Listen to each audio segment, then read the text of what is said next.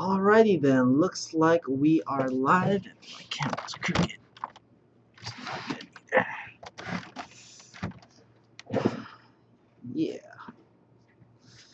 Alrighty then. What's up, guys? It's Tuesday, April 22nd. And let me check something. Am I live, guys? Someone respond to me, please. Anyway. Looks like we're live. Are we live? Am I live? Someone comment. We are live. Okay. Alright, so let's start these off. Happy Tuesday, guys. 22nd of April. And we're going to have a lot of stuff last year. Daniel will be here momentarily. I'm just getting caught up and stuff, so here feeling just a bit. What's up, Airsoft Rush? Let's start things off real quick. I will close the door first.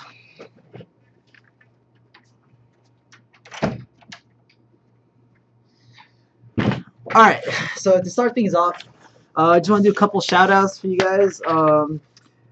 Devin Blackburn, Panther Airsoft, Center Mass Airsoft, and Operation Viper 2, which is a 100% charity event for homes for troops. This charity builds the accessible homes severely injured soldiers. So pretty cool, guys. So shout out to you guys from there. Also shout out to Operation Starburst 6 from the Knights. Shout outs to Commando Cobra, Shane Donson, Fight to Win, and Team RTE. Cool. Alright, so start these off. Let's answer some few questions that we acquired off, I believe, last week or during the week from our social media, not just YouTube, Facebook, and all the other stuff, Twitter, Instagram. This one's from Lewis Studden. Sorry if I mispronounced that if you're watching. Is it allowed to convert a normal M4 into an LMG and use in MILSIM operations?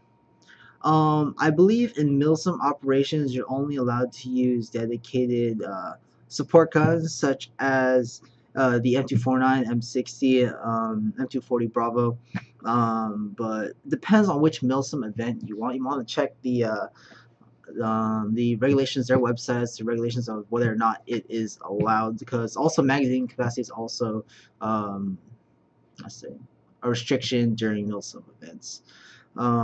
Second question, David Mester. I'm just getting into gas blowback rifles.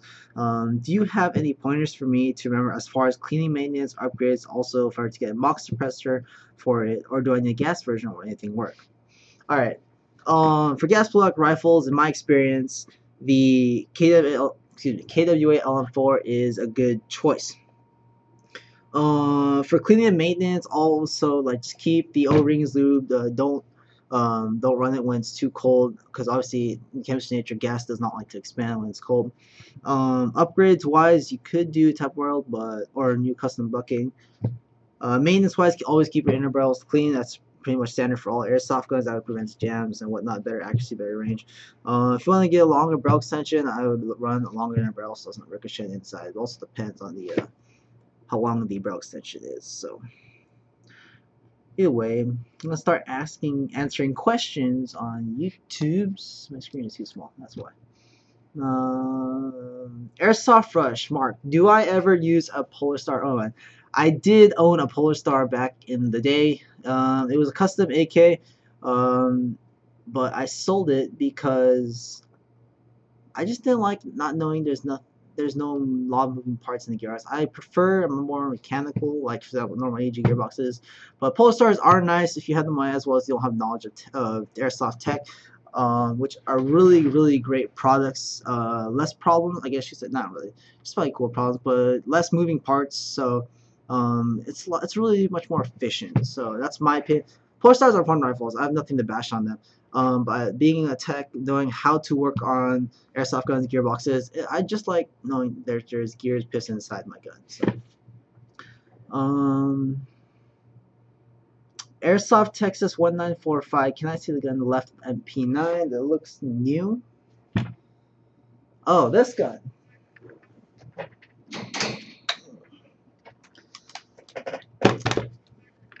This is my CQB gun.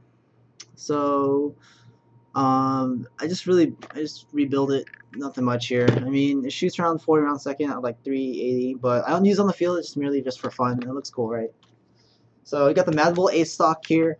The short version, we got the Mad Bull Gemtech rail system, EOTech, EOTech, Surefire G2, Mag Pull ladder rail covers, Tango down grips, Tango down the pistol grip. You got the Mad Bull trigger guards. These are pretty cool. I mean, doesn't really start funny, but it looks pretty cool. I like it. I like the two-tone colors. I always like tan black, and yeah, it's pretty cool. Oh, PTS Balcom, in case Spartan 117 is watching. I'm not sure if he is. And yeah, it's a pretty cool gun. And then Pro and hop up, as you can see, and then Magic Box components. Well, you can see the cylinder, and then modified gearbox fitted in a SOCOM Gear Noveski lower receiver that I filled in with white Sharpie and finished it out. So pretty cool. Pro and hop up. Anyway, that's that. Let's see.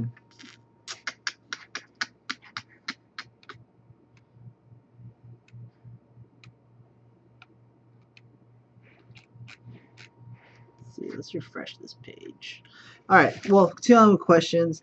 Ryan Nelson, do you believe that gas bullet rifles should be allowed to have a higher FPS limit due to mag limitations because they are gas guns? Personally, that would be a cool idea. However, it still shoots the same BB as normal AEG, so following field regulations, it wouldn't be fair, I guess you'd say, because people can still run semi-AEGs, as well as mid-caps. But so, I would say, I think it wouldn't be fair. I think it was just keep it at the same velocity no matter what you're using, so, but that'd be cool to have it. Caleb Hager, thoughts on grenades and CQBs, tornadoes, Thunder Bees. Tornadoes and Thunder Bees, in my opinion, are really cool. The only reason I don't like it because a Thunder Bee was thrown at me while I was inside a sea container, and that is very, very loud. So I mean, they're really cool distraction devices. Actually helped me a lot in the field. When my teammate would throw it, I'd be able to come around and flank my opponent. So it's pretty cool. Thunder Bees are cool. The Airsoft tornado gates are pretty fun to use. I know Bob personally uses one, so those are pretty cool. Let's see. Let me ask a question. Dustin Style, what is the best M4 under $300? Let's see. Under $300, I think I will get M4. I believe VFC makes one. Echo Ones make one. Platinums at least. And KWA CQR is definitely are pretty really good M4s for under $300, and you have money left over to buy extra magazines. Speaking of magazines, we have packages on our website with a KWA CQR where it's a 3 magazine, or the one that comes with the Griffin Golem chest rig and Dragon Spine belt system, it's called, as well as 4 additional high cap magazines. So that's all under $300. It's a pretty great deal. Sierra Colorado. Whoa, what the heck? I'm purchasing a support gun for my squad, but want to carry my current slot off times again that I can't use the support gun. I would use like the Blue Force Gear sling, where you can easily sling around your back, as well as it has the adjustment strap if you want to make it longer or shorter, so allows you to keep stable or whatnot. Those are pretty good. So Darren Thomas, Mark, what do I need to make my VFC HK 416 LiPo ready for 20 views or more trigger response? I believe the 416 already comes shooting at 20 views a second with 11.1 LiPo. If you want better trigger response, you could get a better torque motor, And you can also reinforce your piston with Magic Box pistons. Siege Tech gear is also a plus. So proper tuning, proper shimming is also ideal for the upgrades that you do. And we have Jason Hills here, recently back from VA, and Dale's gonna take my spot too. Sorry, Mark. Glad to be I will here. see you guys later. How far on the list did you get? Here. Okay. I'll run through these questions. You answered Eddie's question or Not yet. Okay. I did chat. So Facebook questions. Yes. Okay, hello everybody. I apologize for my late arrival. I was planning on being here at 4:15 because I wanted to answer all your guys' questions. I said I would, so I'm going to do it right now because I am a man of my word. So Jason's going to join us for our live show. So if you will give me a moment, Jason, I was going to try to do this beforehand, but Sure, I'll go run for it. through it I'll, really quick. Throw in my input when I can. Oh, yeah, absolutely. So if you guys are not aware, I have my company Facebook page, which is Airsoft GI space Dan. I'm on there all the time for work, so if you have questions, add me. I can answer your questions. I put up a post earlier today with a bunch of questions that people wanted me to answer, so I'm going to do that now for you guys. Okay, this next one, I believe that Mark has not answered, is from Eddie. He was asking gear bashing and brand trademark bashing. Why do people... and why people should stop doing it. So I think he's talking about why people bash gear and why they bash, different companies. I think it's because everyone has their own opinion. I don't believe in bashing on gear or equipment. Everybody makes different products of different quality at different price points. So I wish it would stop, but at the same time, people are opinionated, and that's completely fine, and I respect that. So honestly, realistically, it's going to happen forever. Okay, this is from Cody. He's asking how I would like to know how to get a job in the airsoft industry. Number one, you got to have a lot of airsoft experience. Number two, you have to be over 18. And then number three, it's like any other job. You want to have a good resume. You want to be a hard worker. You want to be on time and stuff like that too. So just because you know the most in airsoft doesn't mean you're going to get a job. We will hire, people that are competent, good employees that are going to work and be on time and stuff like that. Jason, any thoughts to that? Well, I mean, you can start anywhere in the airsoft company. I know we're always looking for people, even in our shipping department. Josh is no longer with our company, but if you take him as an example, he started off with us as a packer in our shipping department, and shortly thereafter, because he had a set of skills we recognized, he moved up to our marketing department in pretty rapid order. So yeah, absolutely. The other good thing is networking. The more friends and people that you know within the airsoft industry, the better somebody might be able to vouch for you. Like, oh, hey man, this is a good guy. He knows his stuff in airsoft. Maybe he can get you a job at this company or whatever. Being in SoCal really helps. That's probably one of the biggest. I mean, but even then, I mean, that's helpful. But just being out there and knowing people, it's more than just. I mean, being active online in terms of the airsoft community is going to be good, but certainly when you can be out there face to face with people that are in the airsoft industry, especially at like games that we might sponsor, I mean, we'll get to know you better, and when something comes along, we might have you in mind already. I gotcha. Okay, so moving on to the next question. This is from Josh. Will anyone be making an airsoft RPD anytime soon? Not that I know of. RPD, if I'm not mistaken, is the belt fed. I believe so. It's similar to the RPK, but I don't know of anybody. I wish they would. That's pretty cool. Daniel is asking, what flashlight am I using on my Magpul PTS Masada? The flashlight that I personally use the most is Surefire G2. It's a really small one that Brian, who's in the Marines, got for me, which is a really nice flashlight. And I got an LED bulb in there. Next question is, Jared is asking, zoomed optics in airsoft as aiming device like sniper scopes. What are our thoughts? I would say minimal magnification for actually shooting. I mean, legitimately, even with a sniper rifle, you're talking about at most maybe a few hundred feet, like in the realm of 2 to 250 at most, with a lot of upgrades. Yeah. In most cases, so you really don't need a lot of magnification for actually shooting. I mean, it's going to be pretty useless without your hop-up dialed in real precisely. So I would say if you need magnification for anything, it's more like for spotting at extended ranges. maybe like 3x magnification is like the most you need. I would agree with that. I generally don't use variable zoom scopes unless it's like on my highly upgraded sniper rifle.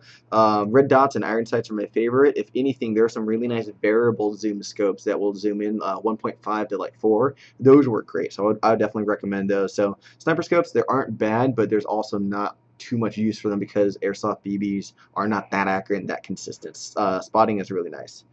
Matt's asking, would Airsoft GI start getting TM recoils? We had a few for a little while, but those are kind of tricky to get in. And they're also very expensive, and they're not always as popular because people don't always know what they are and the quality and stuff like that. Yeah, the people who want to get them, I mean, honestly, when it comes to actually buying them, people ask about them when the actual delivered cost here in the U.S. is going to be significantly higher than what people might see overseas, so they don't realize how expensive it'll be, because we'd have to bring them over in bulk ourselves because there's no U.S. distributor here in the United States for them. Gotcha. So. Aiden asked, how does one go about opening up an airsoft field? I've never opened up an airsoft field, but from what I've heard you got to have a good piece of land. You got to have insurance. Insurance is going to be the key point that I've heard that that can also be the most tricky and the most expensive. That you have to have insurance for liability reasons too. I've never opened up an airsoft field. I would love to open one up and run it. Like I have this image in my head. Zoning would be a big thing. The legalities of it. What are your state and federal laws of what you're gonna have to get a business permit from the city. So I mean, if you're not you'd have to explain what type of business you are, and if they don't sign off on it, then you can't basically do business in that city. Jarrell is asking, vertical grip, AFG, or Magpul XTM hand stop. Right now I've been using a vertical grip, just a very standard broomstick, but I'm a fan of the AFGs. I've never used the Magpul hand stop. It just doesn't fit my play style. What do you do? For me, I mean, I use a vertical grip more as a reference point. And if you have a lot of clutter on your rail, like if you're running a PEC box, flashlight, accessorized to the max, definitely a vertical grip allows you some additional surface area to grip your gun. But otherwise, I would just use it as a reference point. So I might use a hand stop as well. I'm not a big fan of the AFG. Gotcha. This question is kind of funny. Aiden's asking, why do so many people ask for shout-outs? I don't know why. I think it's kind of cool. I'm very happy to do shout-outs for people. I'm not sure if Mark already did all the shout-outs. Somebody can post in the comments and let me know if he did at the very beginning of when he went live. If not, I'll make sure I do the shout-out for everybody that I promised I'd do it for. But I'm not too sure. I think it's kind of cool. But next question is from Chris. Will you carry Angel Customs? No. Next question is from Colin. He's asking, why don't we ship to the UK? Currently, we cannot ship internationally, but we are working on it. So that's something we are hoping to do in the future. So it's not that we don't want to ship to the UK or anywhere else. It's just we can't at this moment. Working out the logistics. Yes, exactly. So there's also a lot of legalities with that and shipping overseas and making sure everything is completely on the up and up. So it's a little more complicated than just let's just send a package out there as well. Kevin is asking, what is a good plate carrier setup? Because I was thinking about getting the Condor Sentry plate carrier. Kevin, I would say get it. I've played with that plate carrier in a game, and it was really nice because it was just the plates. And I like the fact that there was no cummerbund, so it completely allowed me to breathe on the sides. So very low profile. I forget, do you like to run a belt kit as well, or? I don't, because I like being able to crouch or crawl. I like nothing below my belly button. Okay. Is preferred for me. Like I've run with a battle belt and plate carrier setup, and it does work well, but I ended up ditching it after one game because I just want to be very mobile with my lower body. Certainly, I feel like you have to tailor your setup to what feels good and what works for you. Personally, I like having a real slick plate carrier, especially clear on the sides. So if I'm running a belt setup, whether it's a battle belt or not, like a Molly belt. What plate carrier would you recommend for Kevin? A good plate carrier setup. Really, for me, it would come down to how much I'm looking to spend. For something relatively inexpensive, Condor's always a good choice. Whether it's the new Sentry or like the MOPC.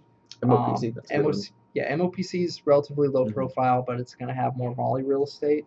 So if you do want to add stuff to the sides, or whether or not you don't, I mean, just the cummerbund just keeps everything nice and secure on your person. So I mean that would be a great plate carrier, or like the Shellback or the Tag Banshee plate carriers. Lancer JPC, that's cool.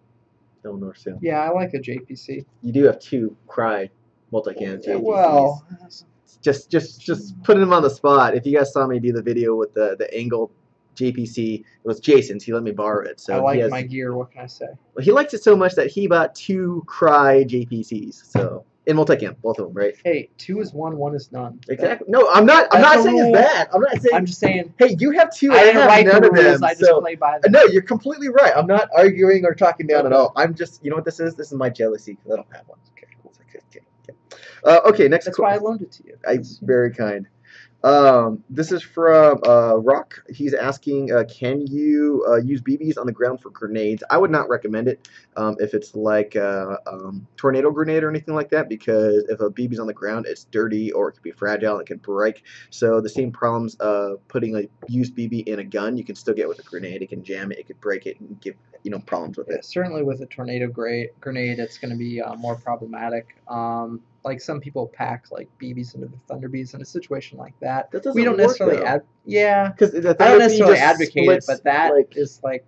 But it wouldn't matter at that point. No, like Thunder Bees or BBs and Thunder Bees like literally do nothing. It does shoot the BBs out, but in like wherever it splits in like one direction. So if it just happens to better than nothing. I'm just saying in that situation, I would agree with that. In the scope of the question, I would say that's one instance where it doesn't matter. For sure. Next question. This is from Paul. He's asking, or he says, talk about the Miracle Barrels. They're awesome. Get it. And the next question was, what's a good gun setup for an outdoor field? Any gun with a Miracle Barrel. No, but really, I would say get like a solid M4 with like 400 FPS. If you can, throw a Miracle Barrel in there, and that will work great. I want to run through... I wanted to run through these last ones really quick. I was just going to say we are getting more than Miracle Barrels in the near future. Yes, I know we're out of stock right now, but we're getting more in like a week and a half to 2 weeks. So if you guys are waiting for them, we are getting them in soon. So good call for sure. This is from Brad. VFC HK416 internals, are they good? What do you guys suggest? Honestly, the VFC 416 is a very high quality gun. I generally think about guns in high quality, mid quality, and entry level. VFC is up there. They're high quality for sure. What do you think? Yeah, I would definitely put VFC in the high quality. There's a lot more in the mid range now in terms of airsoft. I would say most of the lower end stuff the stuff on the lower end that we carry would actually be considered mid range for airsoft. I consider LPEGs the lower end, but VFC, yeah, definitely high end. For sure. Matthew's asking, do you run into a lot of cheaters at your airsoft events, and how do you deal with them? I would say not too much. At any field, you're going to run into a cheater here and there. My solution is I shot him once, I can shoot him again. So usually I'll just send a few more BBs down range. If it's really bad, maybe I'll try to find a ref or something like that. But I mean, it happens. I've been playing airsoft forever, and it's just inevitable. So I mean, you're going to run into cheaters, but I mean, you can weed them out pretty well just by having strict controls in terms of like chrono. Also, I mean, especially when you're running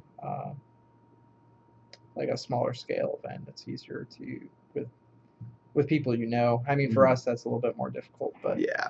Especially if you want to put on your own events, I mean, you start small. You start with who you know. Definitely agree. Hayden's asking, what are some good AEG springs? I'm not a tech. I don't tech that much anymore. For me, when I needed a spring for a specific FPS, I got whatever spring was the cheapest because in my experience, springs are just springs. Some may be more consistent on others. I'm not sure which ones will, but I like going with like the AMP springs because they are pretty inexpensive and they've never failed me. So I don't know if you know a spring like company that's really good. I like the garter springs because they're oil tempered. So they don't compress, so you don't lose muzzle velocity. And generally, like an SP120 will be a little bit hotter than an M120. So if you're having a problem getting that, like hitting 400 FPS, like let's say you're hitting 380 with an M120, you might get a little bit more out of an SP120. Definitely true. Legitimately, with good air seal, you should actually be getting like higher, like possibly like 420, 425 with SP120. Isaiah is asking, what is better, a Miracle Barrel or a 6.01? A Miracle Barrel. Tommy's asking, shotguns, good, bad? Would you run them? I wish Bob was here because Bob is a huge lover of shotguns. I know It he depends loves on his the multiple shotgun. shotguns. Depends on the scenario you're using it in. I mean, situation dictates on that one. I'm not a fan of shotguns because the ergonomics and the size of the shotguns of like a shotgun, I'm just going to make it up. Let's say it's this big. I can have an M4 this big with a lot more firepower and possibly more range and accuracy. Not saying shotguns are ineffective, but they're just not for my style of play. I mean, I'm just going to throw out that like sometimes in CQBs, there are CQB scenarios or CQB fields, they'll run like a Springer only game because those are a lot of fun. Oh, no. If you have a tri-shot shotgun. Oh, no, 100%. If you're playing a shotgun situation game, dictates. I will use a shotgun in a heartbeat. You know, if I can use a tri-shot or the TM, 3-shot or 6-shot, by all means, I think that is a great advantage. But I guess I was thinking more of an average game. I probably an outdoor game with extended range against AEGs with a high rate of fire, high muzzle velocity. You're outgunned. You're done. Yeah. Ben is asking, what got you guys into Airsoft? For me, it was just my neighborhood friends. We did the backyard wars for a long time. Then they grew out of it, and I was still very much addicted. Found Airsoft Playground, which is now Tech City. Played there for many years and just never stopped. So I would say just neighborhood wars was it. Not too dissimilar for myself. I actually originally bought my first airsoft gun as a prop for a zombie movie a friend and I were filming for his film class, and from there it just developed into playing. Everybody who had got airsoft guns basically as props for the film. We ended up just screwing around with each other and playing airsoft around the neighborhood, and it evolved from there. All right, last two questions. This is from Hayden. What is a good semi-only setup? If you're going with a gun that's semi-only, I would personally go with a gas blowback rifle because the trigger response is the best on a gas blowback rifle. Maybe not the best because you have HPA setups and stuff like that. But Mark would argue that. Yeah, I know, but you don't have the gears and stuff like that. An AEG has 3-4 gears in there, so when there's the motor to spool up. Exactly. So when you're doing semi-auto only, it's actually a lot of wear and tear on the motor and the gears because you're essentially spinning everything one rotation as fast as it can and then stopping, and then spinning and stopping, spinning and stopping. So when you're on full auto, you let it kind of run naturally because it wants to spin. So a semi is not as healthy as on an AEG. It's not going to break it. It's not bad or anything because they all have semi. But I would go with the gas blowback setup if I was going to do only semi-only or semi-auto only because that double tap with an LM4 or something, that's the best. If you have a good motor and you have a micro switch or a real sweet trigger setup, you can get a good trigger response.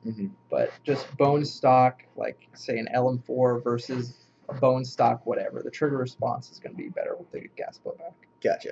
And this last question is from Lucian. Lucian, I cannot leave you out because you're one of my favorite fans out there. We are going to, the question is opinions on the APS ACP pistol and opinions on the Madbull Noveske rail. The APS pistol is a cool pistol because it's CO2 and CO2 is very accessible everywhere. But if you're going to go for a CO2 pistol, I would recommend maybe checking out the Elite Force 1911s. Oh wow, Jinx, you owe me a soda. So I would say go with that because that works too. The 1911s are a lot higher quality. They have a little bit higher FPS. They might last a little bit longer. Not saying the APS ACP is a bad pistol, but the Elite Force is definitely a step up and isn't too much more expensive. It's around the same price range. And my opinions on the Madbull Noveske rails, definitely good ones, good rails for sure. I don't know if you're talking about the original Noveskes or the NSRs. The NSRs are the one I would recommend because that's what's on my M4 because it's super lightweight. But even the classic one works really, really well. Yeah, you really can't go wrong either way. Oh, Mark heard us talking about trigger response, and he came in because he wanted to charge that. I came in because I wanted to show you guys a demonstration. Come in. I was advocating for you, Mark, just so you know. You guys' opinions are perfectly correct. I saw you on the live show when I asked Mark to come in and answer these questions, and he didn't know, but I was watching. I saw him just trying to show off his gun. I saw it. He was like, oh, this gun does this. I'll give you a moment, Mark. I'll give you a moment. Mark, once again, is an amazing tech. I'm not. Our techs are a lot better than I am. Yes. He's not an official tech here at Airsoft GI, but he likes to dabble in the world of teching, so he's going to put certainly does a good job on his guns. Headphone check. This is going to be a little loud. Yes. And so, Mark, do you have a DSG setup in here? No, I don't. Okay, so I just want to be clear. This is not a dual sector gear setup. You have 13 to 1s in here? Yeah. 13-to-1s with an 11.1 LiPo. Go ahead, Mark. Okay, so It's I just know it's this loud.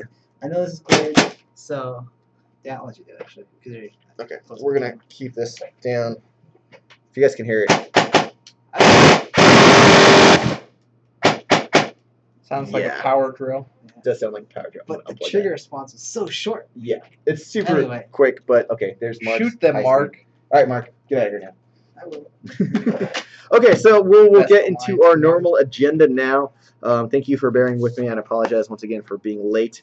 I'm going to try to do some more of those questions on Tuesdays if I'm going to be on the live show, because I know you guys have a lot of questions. So if you guys have not hit me up on my Facebook page, hit me up there, and I could try to get to them. So things that are happening here at Airsoft GI, we have our current Save 14 coupon code to save 14%. Next, Jason, if you want to take that next one. ACU, specifically Condor items, are going to be 20% off. 25% off, sorry. Previously, we had been running 20% off, I know, in our Virginia location on ACU products. Now it's across the board, company-wide. 25% off for ACU products, specifically Condor. Very cool. So next we have our spring giveaway. If you guys are not familiar, this has been going on for the last few weeks and will continue all the way up until June 2nd. The way it works is any order you make on our website at airsoftgi.com, you will automatically have a chance to win free stuff. Essentially, it's our way of doing an online raffle because we can't physically give you guys tickets through the interweb, although I wish I could.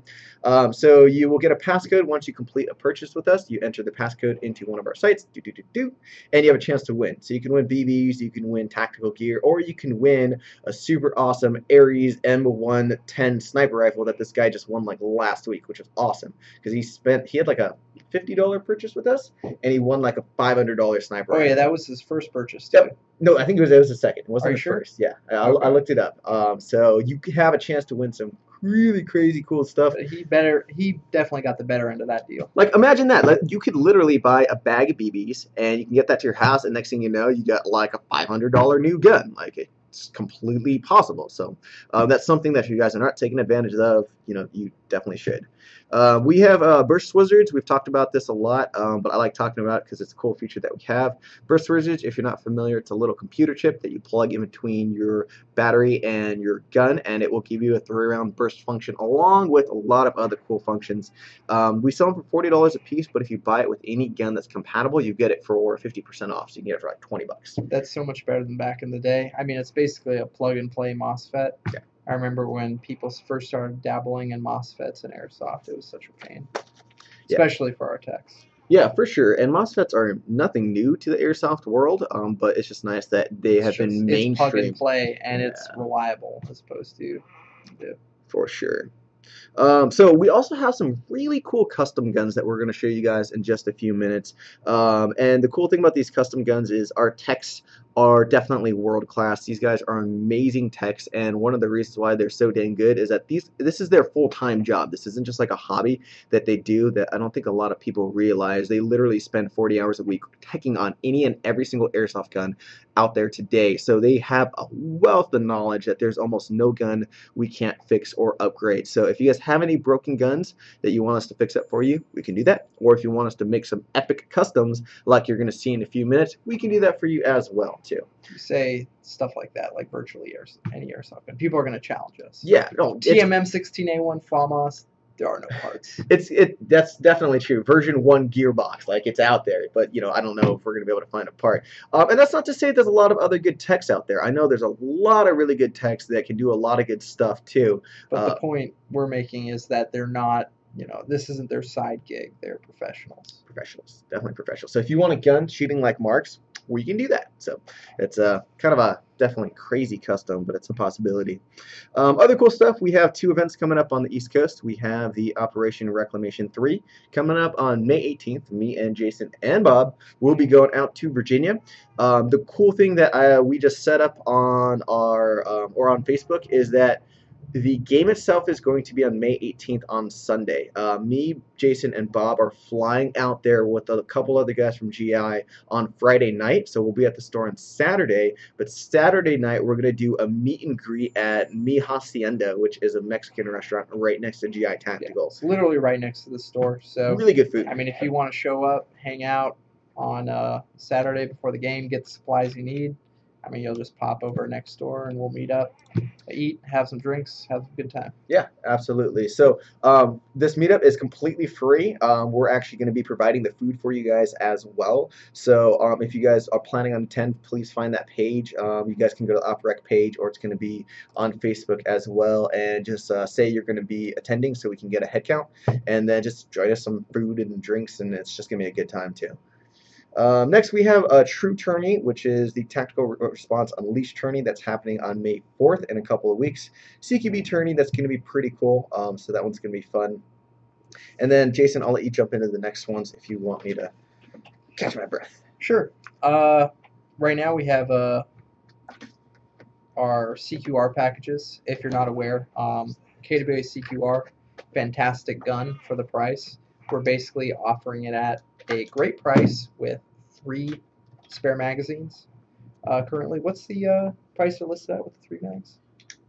$199. $199. So crazy dumb. Which is crazy because normally they're about $190. So for $10 more, you get 3 mags. Well, 4 mags total, but 3 additional.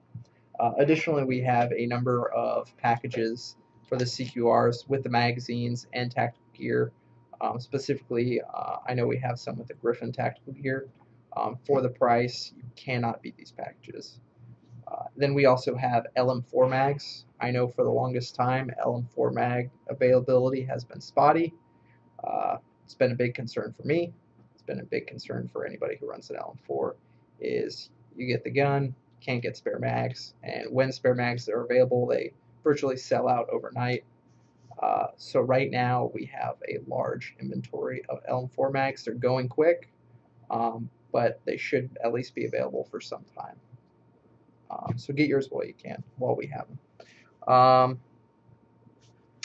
And then there was the VA sale for the 1-year anniversary sale for GI Tactical, our Virginia store location, this last Saturday, which went off really well. The sale itself, I mean, it was bigger than our Black Friday sale.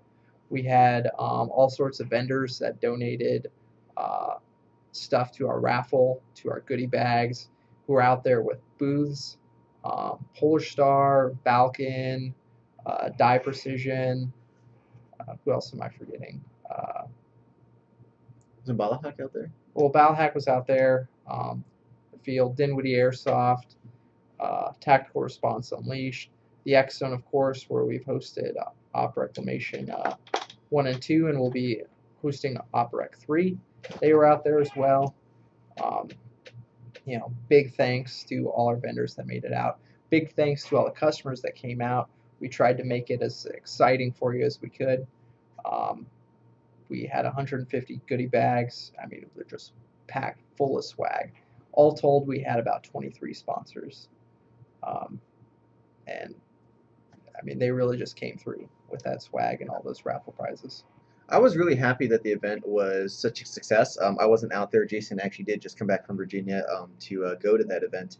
But I know for me personally, and I feel like I can kind of speak for you too, Jason, that we both personally put a lot of time and effort into that store. Last year, I spent a month and a half of my life in Virginia, living in hotels, building that store from scratch. When I went there, it was completely empty, and then we built it and had a great grand opening a year ago. And then after that, I came back to back to California to continue working at the California store. And then, Jason, how many months were you out in Virginia? I was in and out of there mostly for 8 months, 6 to 8 months. So I know for both of us, correct me if I'm wrong, I mean, it's a big sense of pride, personally and professionally as well, that this store has been successful for an entire year. So I feel like it means a lot more to Jason. It would, I mean, 8 months, that's a long time to be away from home. So I give Jason a round of applause. I think he well deserves it. He's one of these guys at Airsoft GI that's definitely more kind of behind the scenes. You guys don't always see him on the videos and stuff like that. But there's a lot of great employees here that make this company what it is. So big shout out to all of them that you guys can't see, especially to Jason. So. Definitely, I'm the least of those people, but no. See, he's very modest. That's why I'm putting you in the spotlights here. But I'm really happy that GI Tactical has been up for an entire year and it's doing really well. I love the staff out there too, and I'm very proud of what they've done as well too. So, oh yeah, big thanks to the staff. I mean, honestly, we pay them to be there, but at a sale, it's always such a rush. I mean, there's so much going on, and I mean, as much as we love our customers to death, it can get stressful. yeah. Very stressful, just with everything going on, the prep time, and then the day of. We're 100 customers deep, and it can get stressful. But yeah, they really came through, and I mean, really performed beyond expectation. For sure, definitely for sure. Remember the grand opening a year ago? That was, oh my gosh, that was so much fun. It was super hectic. Thank you for everyone's patience then and this last sale. Yeah. I mean, the checkout always turns into a bottleneck. I mean, even we get it to the point where all sales reps are checking customers out, and we still have people piled in deep for the checkout. And we appreciate everybody's patience. Absolutely. All right, so that's a lot of the cool stuff we have going on at GI. Now let's jump into some new products. This one, I'm going to skip to this one because I think this is probably one of the coolest things that we have. Why do we not have a pistol with a threaded barrel? I don't like this on a pistol, though. Like, it looks... It's too much, in my opinion. Like, I think this needs to go on a rifle. No, I mean, honestly, that's what this is for, is a pistol. I mean... You see how, as opposed to like a round can, where it'd have a diameter, this is I mean, I understand that. Okay, let me introduce the product first before we go into this. This is the new Ace Arms OSP barrel extensions. So these look really mean, really cool. They're going to have different threadings on them. There are 4 different versions. I believe this is the 7-inch in bronze or silver. There's also an 8-inch in bronze and silver, and then the same sizes in black. I believe the black ones are already sold out because people like them so much. I like them a lot. They're a little more expensive. I think they're $70 or $80, but here's what I really like about them. Inside, there is a built-in inner barrel.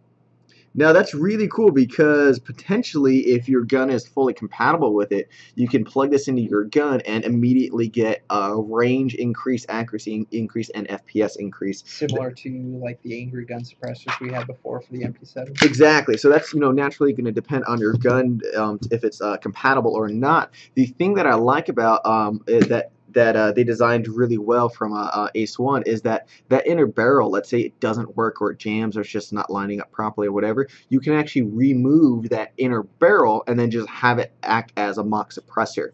So that's a feature I really like. There's also an adapter if you want to thread a different direction or if you want it to thread for the 16mm threading, such as the USPs or the Chris Vector. Like, this would look amazing on a Chris Vector. Like, I think it'd be so cool. I think I haven't seen it. I mean, in my head, I think it would. Anyway, after I introduced it, what are your thoughts?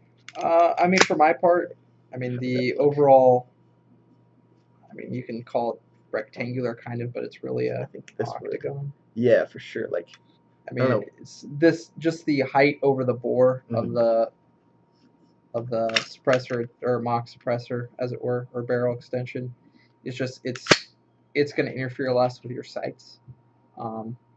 Certainly, you don't have as high of a the radius, I guess, over the bore of the overall.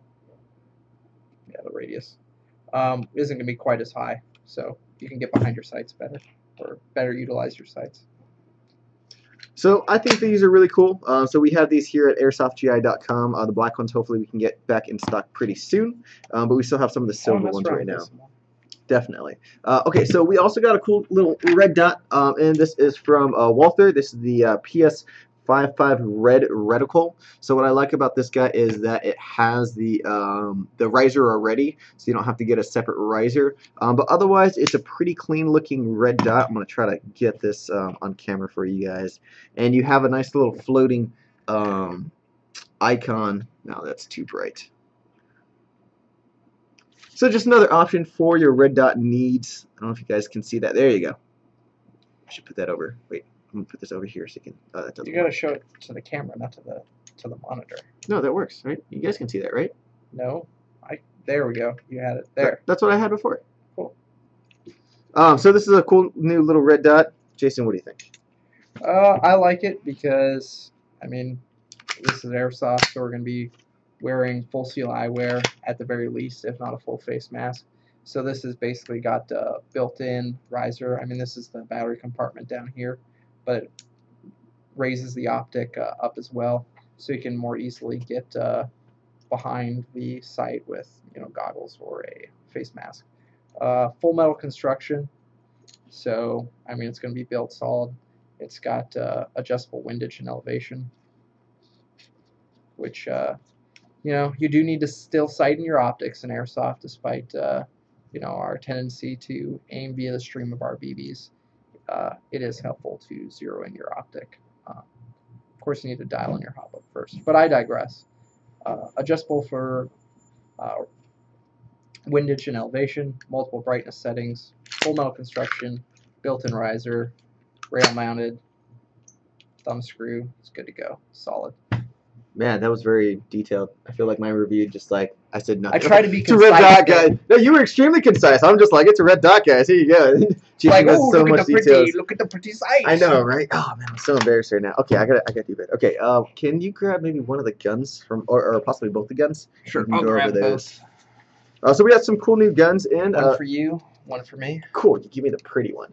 All right, so this is the brand new VFC Mark 18. So I know there's a lot of other Mark 18s out on the market, and I know that VFC makes a lot of M4s, but this is pretty cool, the fact that it comes in the Mark 18 setup from the beginning. So I believe they have a tan one already out with like a vert grip. This is going to be a pretty basic all black one. So I think this is like a perfect gun to start your like Navy SEAL loadout if you want to do something like that, because you already got the rail, you already got the 10.3 or 10.5 outer barrel there. You got the crane stock with sling mounts. You have VFC internals, which are rock solid. Battery is going to be housed in the back. It will come with these rail covers here and these flip up and down iron sights. I believe, correct me if I'm wrong, I think these are Troy replicas. Yes, sir. That would be correct. So Troy replicas, and then you also have a functioning bolt catch. Press the bolt catch to release that after Don't adjusting forget pop-up. the CQD style sling plate. I went to that. End plate. Oh, you did? I said it. Okay, cool. Shows who's listening. Hey, I was distracted by the SA80 over Okay, here. so tell us about the SA80 over here. Okay, so this is distributed by ASG, Action Sport Games. They actually hold a lot of licensing from various different firearms manufacturers. One of them being DSA, which is tastefully laser etched here, the trademarks on both sides. If you can see that. Basically, this is a modernized FAL. So it's got your rail system up here, a quad rail, rail on the underside, rail on each side, rail on top. It's got a functional bolt and bolt handle, bolt release, which is here. So that's very sweet. It's got your traditional FAL mag catch, and it's got a side folding stock as opposed to a fixed stock. So, and it's beefy to the extreme. So beefy, I'm not even sure I can. Oh, there we go. Put some muscle into it. Yeah, it got that, right? You just can feel it just lock into place. It's also got a rear sling swivel, front sling swivel. Can I trade you? I I don't know, man. Dang it. This is 7.62. That's 5.56. I mean, this is kind of like a man's caliber. I'm not sure you can handle it. Wow. Wow. That's just ouch. Ouch. That was painful. That really hurt. Come on, man. It's a Mark 18. All right, there you go. No, bro. I don't even want it anymore. I don't Okay. even want it. No, I'm just kidding. I want it.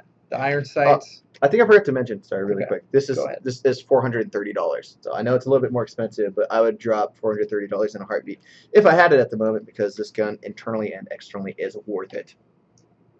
I mean, definitely the SA80 as well. I mean, it's solidly built. This is full metal construction, full metal receiver, full metal rail system, gas block, barrel, all that. And as I said, the stock's like just solid. For a folding stock, this is like got to be one of the most solid folding stocks ever. Yeah, it took you a second to adjust to muscle it, right? I'm not as strong as you, Daniel. I'm just more manly. All right, so I actually do want to take a look at that. One thing I do like about these guns is like I always feel the iron sights are really comfortable because the stock's a little bit lower. So I like that. This is actually really solid. This is my first time holding it. That's pretty cool. I like the selector switch, how it's just like 45 degrees as opposed to like 90-degree rotation to go through semi and full auto. Yeah, it's what he's talking about, so you guys can see on camera. Instead of having to go 90 or 180 degrees on an M4, this is just like, I don't know, that'd be like 15 degrees. So like click, click. Yeah, so that's kind of nice. That's a small detail just based on the different types of guns, but that's pretty solid too. So if you do use this, you're probably going to have to use, what would you say, like M14 magazine pouches for the mags, since it is a 7.62 man's caliber. Yeah, I mean, different manufacturers call it different things, but it's going to be same thing, M14, SR25, AR10, yeah, anything like, or G3, anything like that type magazine pouch. I mean, they should be pretty compatible. Definitely. And if we didn't mention before, this wire is not torn out. This is the way it's supposed to be. You just kind of plug it in with your PEC box, and you are good to go. So these are some cool new guns that we're getting in. If they're not already on our website, go ahead and check them out. We also got a helmet. If you wouldn't mind grabbing the helmet, and then after that, we're going to jump into the customs, which I'm pretty stoked about. This helmet is a new helmet from Valken. They're very similar to the Lancer helmets. This one is kind of the basic version that goes for about $40. It's going to come in black, green, and tan. This is going to be the tan one.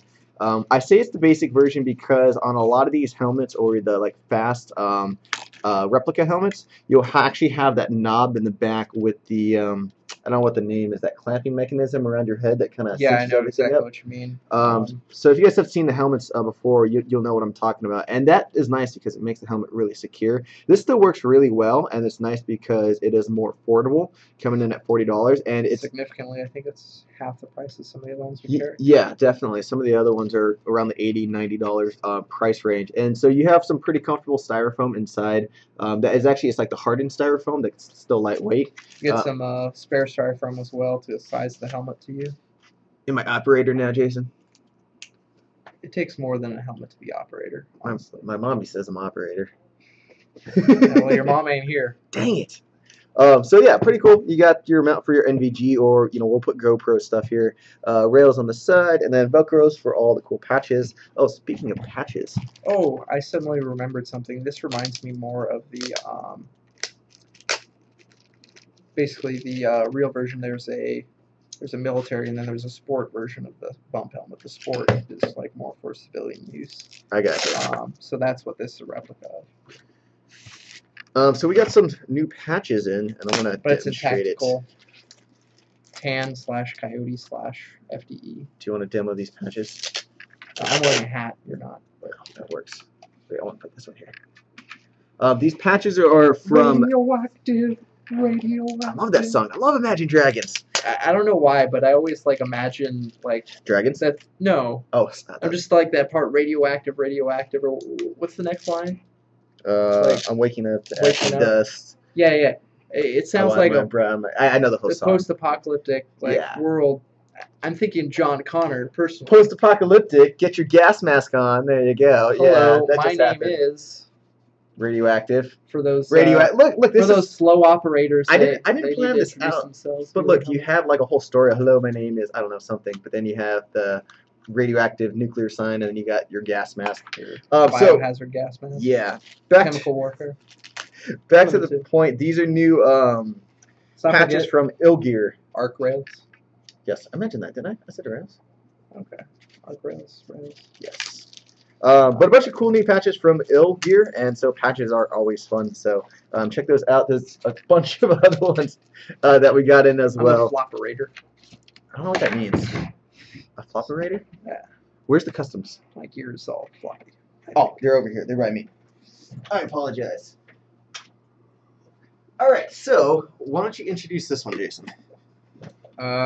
Sure. This would be. Is this the dragon or the saber-tooth? I believe this is the dragon. Okay, so this would be the. Well, look at the base gun. Let me make sure this is right. This is one of the newest customs that are technician made. Okay, let me move the stuff to this side. It's kind of. See, that's like our #1 problem here at Airsoft GI. We have too many guns. There's guns everywhere. So this one would be. No. This one apparently would be the saber-tooth. Oh, the saber-tooth, my bad. I'll grab the other one then. This one's definitely more my style. Yeah, this one's definitely the saber-tooth. You want to talk about it? I mean, I suppose I could. I mean, I guess I'm here to talk about things. This is Jason Hills with a special report. So, this is, I'm sorry, I'm looking at the wrong spec sheet now. Okay, here, why don't I go over mine? I got it now. Okay, I got it now. Do you want to pull out the gun so we can share everybody while we talk about it? Well, no, we're going over this one now. Oh, I thought we didn't even go over that one. Yeah, because you were going to grab that. Do we do both at the same time?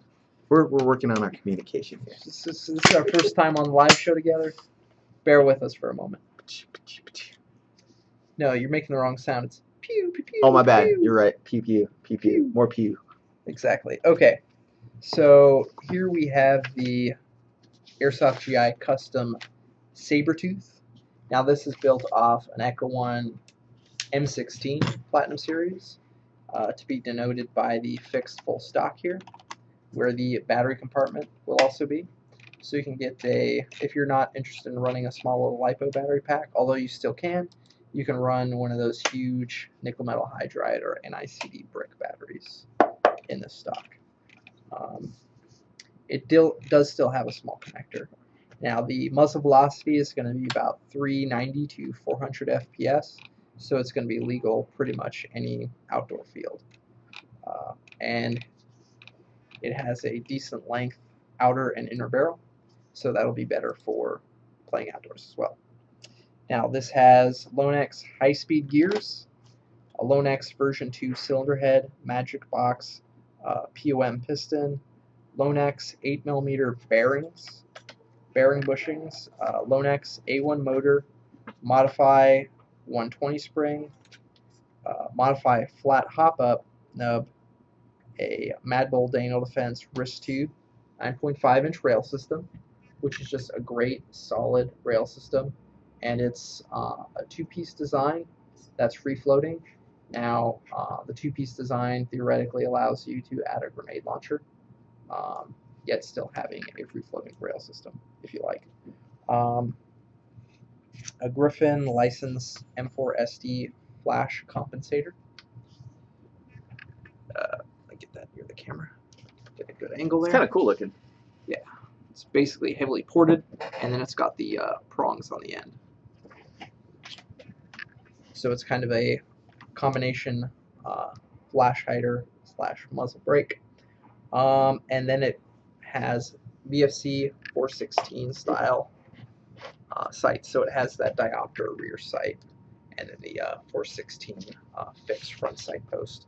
So you don't have to, it has a 416, the HK style fixed front sight post, so you don't have to adjust the elevation via the front post. That's done via the diopter in the rear, and also is adjustable for windage, of course. And then it also includes a gun bag, spare magazine, and cleaning rod, as is standard with most airsoft guns.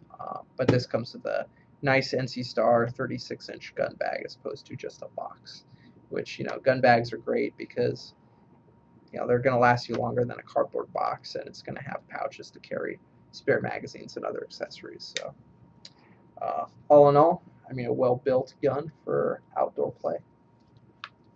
Roger.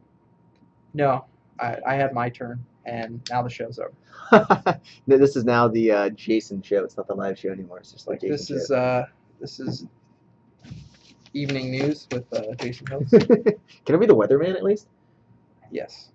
Today we have a sunny outcast. It's going to be a nice day. We got a breezy, about 77 degrees outside. You know, maybe bring a light jacket. Should be Weather all right. is an important aspect of airsoft. Absolutely, yeah. If it's windy's the worst. I mean, you got to get for out there airsoft. no matter what and play, but Yeah. you got to know the conditions. I mean, if it's going to be hot, you got to be hydrating. If it's going to be cold, you got to have your right gear. If it's going to be raining, well, honestly, nobody operates in the rain. Your gear will get wet. but- Operators operate operationally in the except rain. when they don't. Except when they don't, Daniel. Well, then they're Your not gear operators. could get wet. Oh my gosh, I don't want to play if my gear's gonna get wet.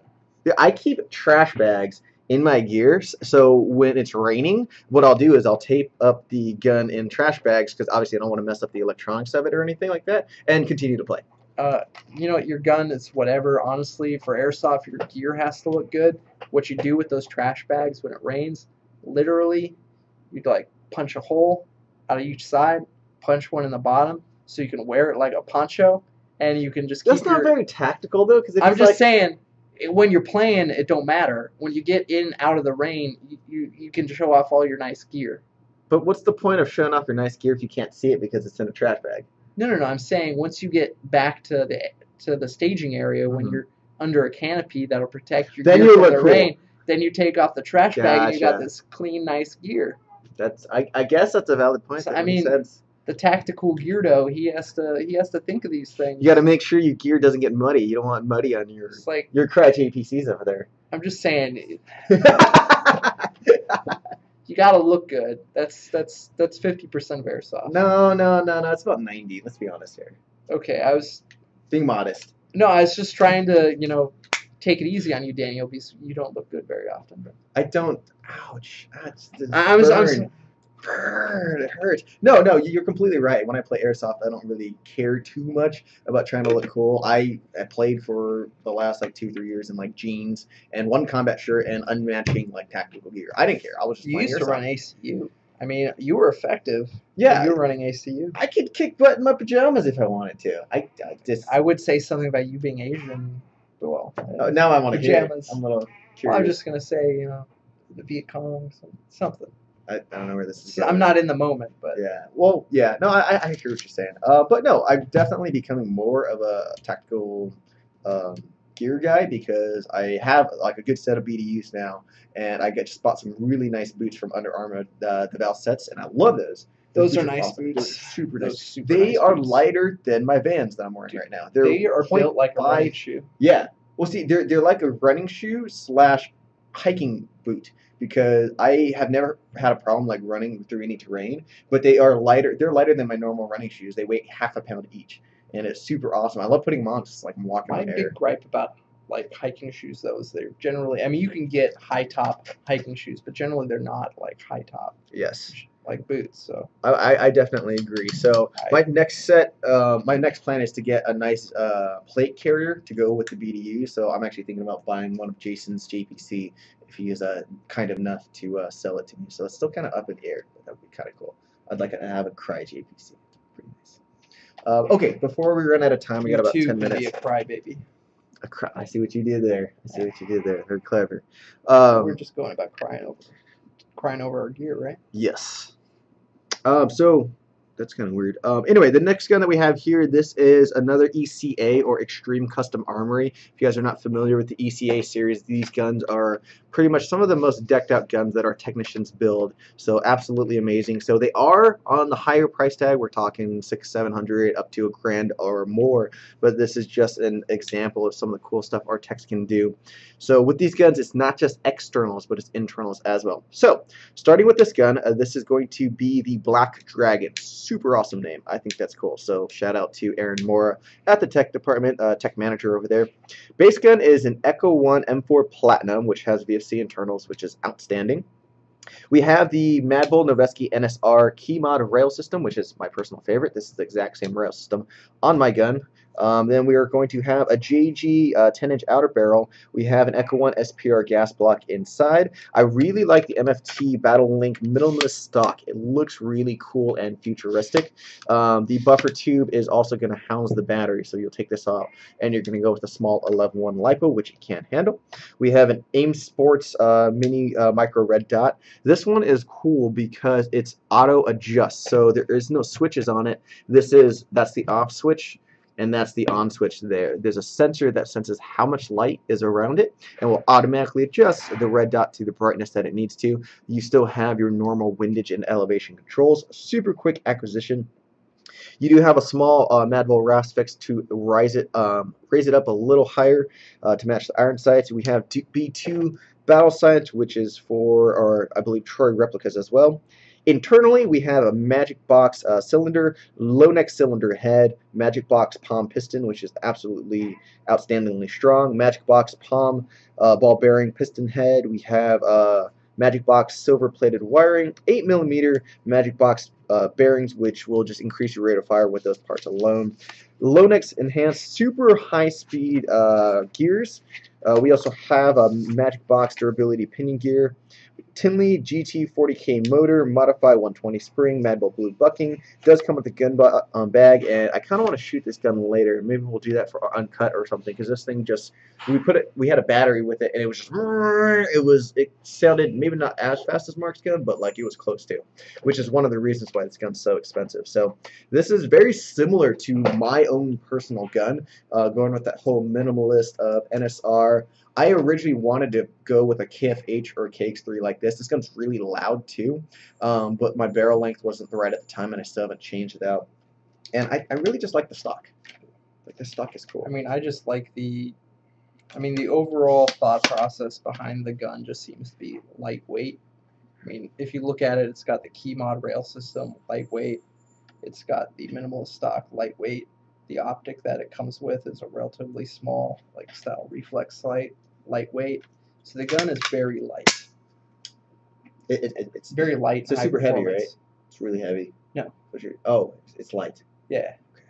The opposite of heavy. I missed that. I'm sorry. It's okay. I wasn't clear. I didn't say light enough. You didn't. I think it was on like 3 or 5 times. Well, I just love the attention to detail too. Like, it Oh, has no, I the low completely profile agree. gas block and the gas tube. That didn't even need to happen, but like it looks. It doesn't cool. need to happen. No, but I mean, that's like the little details that Yeah. makes it like a super, well, not super custom, but like I guess it's super custom, but you know what I mean. It's the attention to detail that makes it, worthy of our custom shop. Definitely. Very, very pretty. So these are just some of the customs that our text just came out with, and we have about 5 minutes left, so I think we're going to try to open it up to some questions that you guys may have. So let's go through some of the questions, unless there's anything else you want to say Well, about. I just wanted to throw out, Daniel, what have we been doing of late that's like hobby, that's somewhere in the niche of airsoft that you found really entertaining? Like, talking about the real guns we've been shooting, or? Well, we've been doing that. I mean, certainly airsoft and real firearms cross over to a certain extent. You can use airsoft for training. Specifically, gas blowbacks are definitely a good tool in that regard. But I was speaking more to what we were going to be doing this evening. You're talking about rock climbing. Indeed. This guy got me into rock climbing. He's been doing it for a long time, and I've been doing it about a week now, and it is awesome. I didn't know how that related to airsoft. Well, I mean, rock climbing is one of those things you do if you're OAF. I see what you're saying. Yes, Yeah. I guess that's kind of true. If I come in tomorrow with like a broken leg or a broken arm, you guys will know why. But rock climbing is a lot of fun. It's Definitely awesome. a physical activity that you can do. I mean, especially at like a rock climbing gym, where you can just get a good workout. It's like one of those things you can just add to your operator credentials. Yeah, you never know when you're at a milsim operation and there's just like a big cliff in front of you, and you want to sling your gun on your back, and there's tons of bad guys, and this could be the most amazing flank in the world, and you're like, I got this, guys. You just start climbing up, and for sure. Why not? For sure. Okay, so we're gonna answer some questions. This is from I'm the Best Man 84. Great name. What do you think of the VFC HK416? I think we might have talked about that earlier, but that is an outstanding gun inside and outside. It's just built like a rock. Like a rock, for sure. Yeah, Ford tough, but better than a Ford. I don't know if a HK416 can drive me from one place to another. It can. It can do anything. Wow, I'm gonna get myself an HK416. Disclaimer. And it can also, HK416 cannot do anything. Just a little asterisk there. just in case you don't know, we're being extremely sarcastic right now. But it is. Don't buy an HK416 and be like, "Hey, Airsoft GI, why isn't this gun driving me to school?" You Like, never know, but I think most people figured that part out. okay, I would really hope so. Yeah.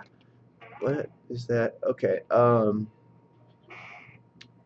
that one. Okay, so this is from Spencer Jack. It says, Daniel, why did you become a DMR role? I played the DMR role, and I have a DMR sniper rifle that I built.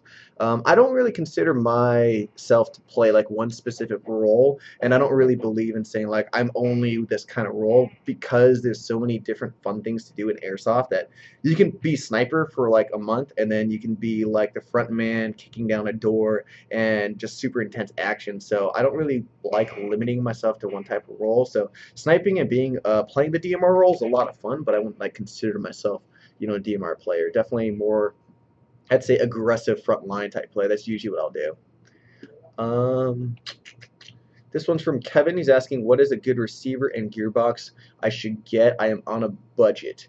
For a gearbox, I know we have some JG full metal gearboxes that are around $50, $55. That oddly enough, we also carry the JG full metal receivers, which are about $60.